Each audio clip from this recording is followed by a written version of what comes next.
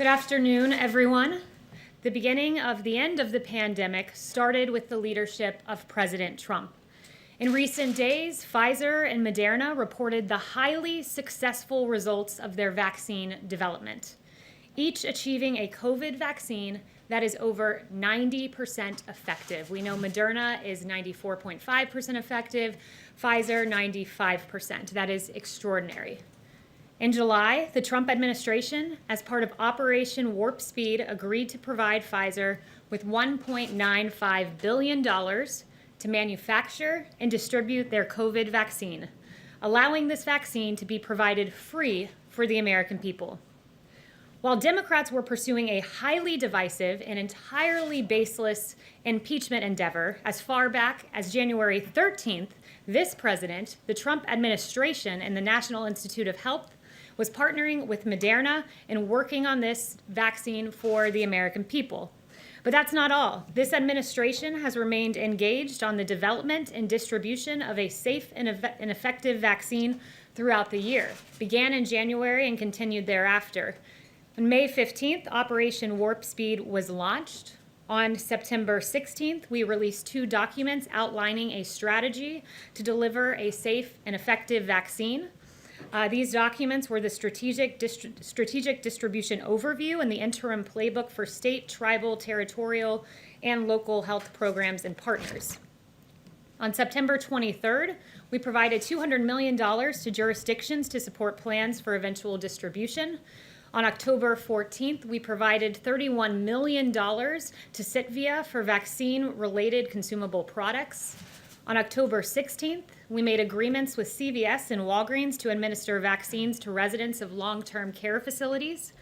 On October 21st, under the PrEP Act, we issued guidance authorizing qualified pharmacy technicians to administer the vaccine. On October 30th, we announced that McKesson Corporation will produce, store, and distribute vaccine ancillary supply kits on behalf of the Strategic National Stockpile to help healthcare workers who will administer the vaccines.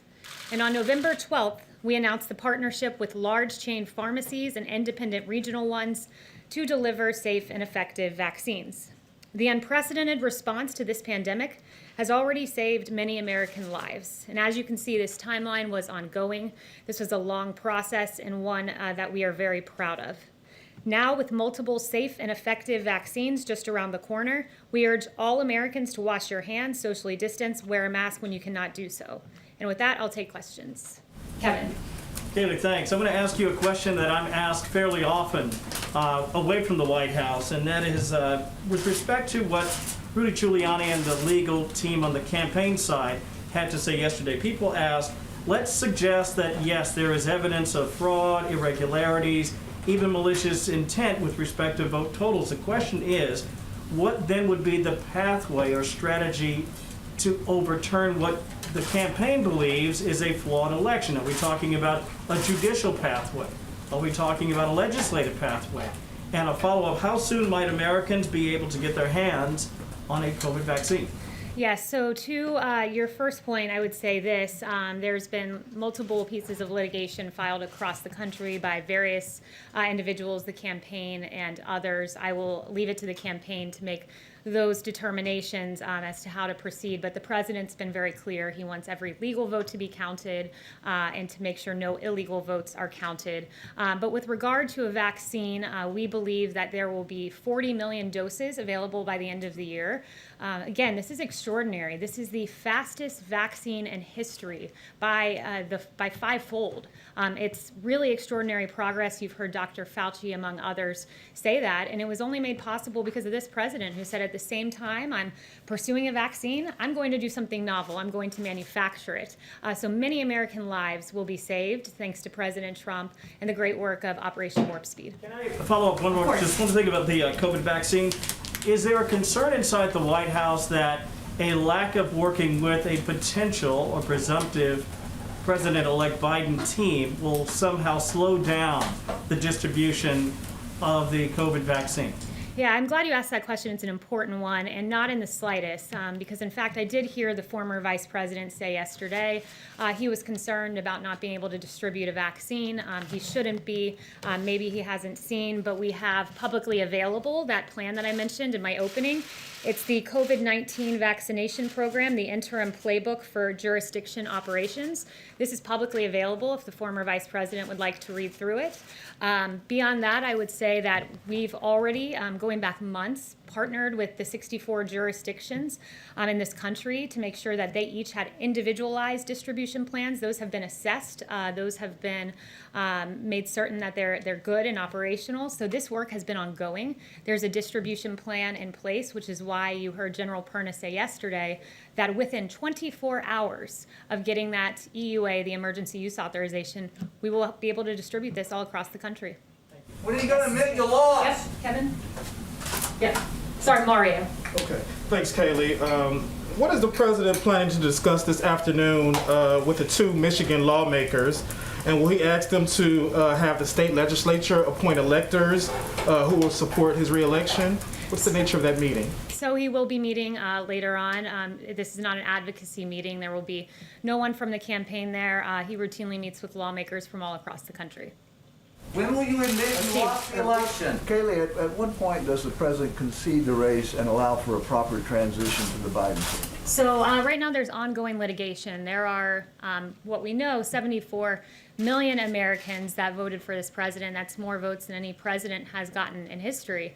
It's really extraordinary, and there are very real claims out there that the campaign is pursuing. 234 pages of affidavits publicly available in one county alone. That's Wayne County, and 2 individuals on the canvassing board there that have declined to certify. So these are real claims. These individuals deserve to be heard.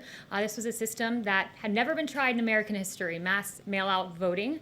It's one that we have identified as being particularly prone to fraud, so those claims deserve to be pursued. Has anyone from the White House spoken with GSA, with the director of GSA, about the timing of ascertaining who the next president will be, and has any pressure been applied to her? Absolutely not. GSA will make the determination of ascertainment at the right moment. Right now, there's a constitutional process that's being played out. There are questions being asked in court, but the GSA will determine when ascertainment is reached. Can I just ask one other question, which is Senator Lamar Alexander today has put out a statement encouraging the Trump administration, in the absence of ascertainment, to begin allowing the Biden team full access to everything they need for a transition, access to agencies, access to real-time data. What's the harm in doing that? So there's a Presidential Transition Act that determines exactly what an administration needs to do in advance of an election, and we have done everything statutorily required, and we will continue to do that. It's after the election now. Thank you. I have a question first, a follow-up on the transition. Has the president or anyone in the administration instructed officials not to engage or have conversations with members of the Biden transition team? No, I've certainly never been instructed that. I've never heard of an instruction to that end. Okay, and my second question is about COVID, because yesterday, a lot of what we heard from the doctors, they've been saying since the end of March. Back then, the projections were that 100,000 Americans would die. Now, as you know, we've surpassed that by 2.5 times. Did the administration fail to communicate how serious this threat was to the American people? Or how else do you explain what went wrong?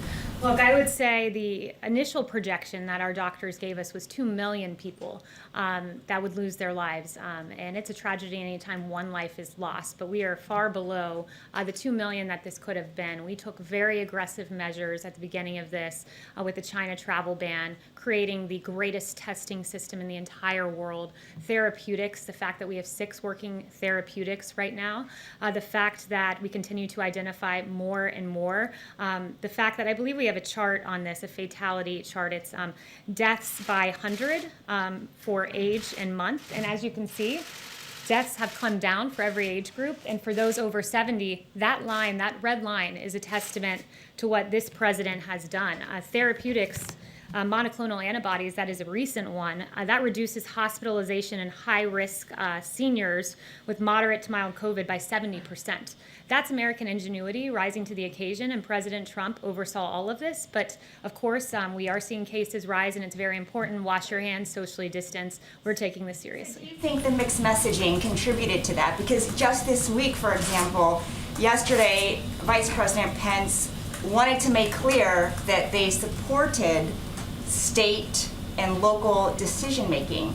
Just 2 days ago, you called some of those state guidelines Orwellian. So how do you expect people to know what to do with all this mixed messaging? Well, two things can happen at once, and it's this: taking COVID seriously, engaging in aggressive mitigation, but also recognizing that the American people have certain freedoms. And it is, by definition, Orwellian for a state like Oregon to say, if you have more than 6 people in your family congregate in your home, we can jail you for 30 days.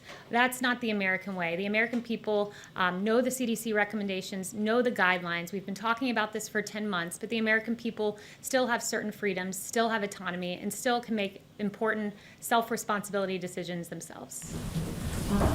Yes, Deborah. Thank you, Kayleigh, and nice to see you. Good to see you. Last night, Tucker Carlson said that campaign attorney Sidney Powell had failed to provide evidence for her assertion about communist money in the 2020 election. And Byron York, another journalist who's been very fair to this White House, said that it was a turning point, Rudy Giuliani and the conduct at that press conference, where Republicans were feeling that the legal maneuvers just aren't working. So did you all have a reaction to that when you saw that and read about it?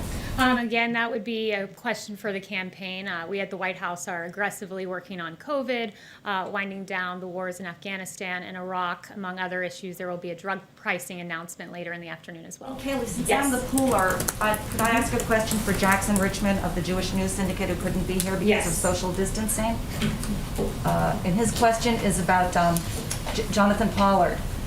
His parole conditions are set to expire tomorrow. Is the president willing to commute his parole conditions or pardon him if the DOJ extends Pollard's parole? Have you been getting any calls from the Jewish and pro-Israel community to take action on this case? I haven't heard about that. I haven't looked into the particular case, but if he shoots me an email, we'll take a look at his question. Thank you. Yes. So back to the topic of concession, like we said earlier, is there something that the president needs to see before making that call? Is it the end of these lawsuits, whenever they do wrap up, all of them, states certifying results or different counties, or December 14th when the Electoral College casts its ballots? Look, the president, again, is pursuing ongoing litigation, taking it day by day, and we'll wait for that litigation to play out. So just to clarify, it's the end of that litigation that we would need to see before getting a call? There's an entire constitutional process of electors casting their ballots, and I will leave that to the president. Yes. Chanel. Thank you, Kayleigh. Contrary to the court of media opinion, there is real-time data showing vast irregularities in the voting system that we have watched over the last few weeks. I asked this question of the campaign, and I ask this of you now, the White House. Where is our FBI in this entire scheme? Are they looking at any of the evidence that this White House or the campaign have presented in terms of real-time data evidence of voter irregularity? Where is the FBI? Yeah, I would refer you to the FBI on that, to the DOJ on that. There's Spoken with the FBI in the last 3 weeks. not that I'm aware of, but look, I would say that there are real questions on mass mail-out voting. We have put those questions forward, and we've said this for the better part of a year. There was a bipartisan commission that talked about and identified the real potential for fraud with mass mail-in voting. Also, something that I would note is just we talked a lot about transfer of power in the election, and it's worth remembering that this president was never given an orderly transition of power. His presidency was never accepted. In fact, before his election, we know Crossfire Hurricane was launched by Peter Strzok to pursue baseless allegations about the president's ties with Russia. That's before he was president, trying to subvert the will of the American people. We know in August, Peter Strzok wrote a text message about an insurance policy against a Trump presidency, once again trying to silence the voice of the American people. In 2016, we know in October that there was a FISA warrant taken out to spy on the Trump campaign. And then the American people spoke. and they spoke commandingly in electing President Trump despite all of the odds. And what happened after he was elected? You had 70 lawmakers say we're not coming to his inauguration, Democratic lawmakers. You had Elizabeth Warren saying we're going to attempt to obstruct the Trump transition by urging the Government Accountability Office to investigate the incoming Trump transition. In January of that year, you had President Obama have a by-the-book meeting where they talked about the Logan Act, using that act to go after Lieutenant General Michael Flynn. Just before the inauguration, you had BuzzFeed promoting and publishing this bogus Steele dossier that's been widely debunked. And then for 2 years, you had the Basis Mueller investigation, which searched for collusion, found none, and exonerated President Trump. While in 2016, President Trump became the duly elected president, many sought to undermine him, discredit him, delegitimize him, and deny his victory. There were no calls for unity. There were no calls for healing. So while every legal vote is counted, let us not forget the inexcusable transition or lack thereof that President Trump had to endure in 2016 and 4 years into his presidency. Thank you, everyone, for the very good and substantive questions today.